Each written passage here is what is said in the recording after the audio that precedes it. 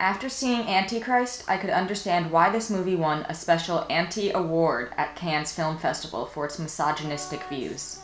With all of the revolting full-frontal genital mutilation, I left the theater queasy, confused, and even angry. I was angry because the first half of the movie was so incredibly alluring, captivating, and beautiful that I was sure the movie would be added to my list of favorites. The super slow-mo shots with the high-speed camera created a fascinating dream world, or rather nightmare world, and the subdued colors and use of fog and shadows greatly added to the uneasy, uncanny feeling that is present in most horror movies. Furthermore, William Dafoe and Charlotte Gainsbourg's performances were phenomenal and utterly convincing. Then the tools come out, and the whole feeling of the movie changed drastically.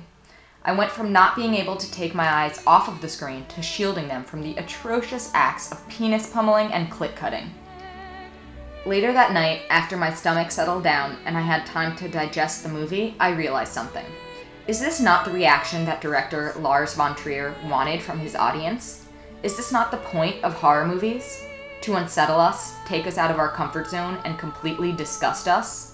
I also remembered the public's reaction to The Exorcist and the Texas Chainsaw Massacre when they were first released. People were horrified and disgusted, but today these movies are considered horror classics, and the idea of someone fainting from watching The Exorcist just seems silly. This is because we have become desensitized to that type of violence in cinema. However, our society is not yet desensitized to genital mutilation. Whether or not this is a good or a bad thing is irrelevant. What is important is how people will perceive the movie once the shock factor is gone.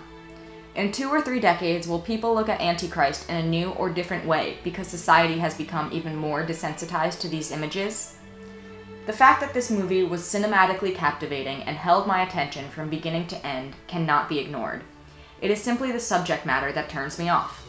Maybe one day people won't be so concerned with the subject matter and will be able to see the movie as a work of art and not just a piece of misogynistic filth.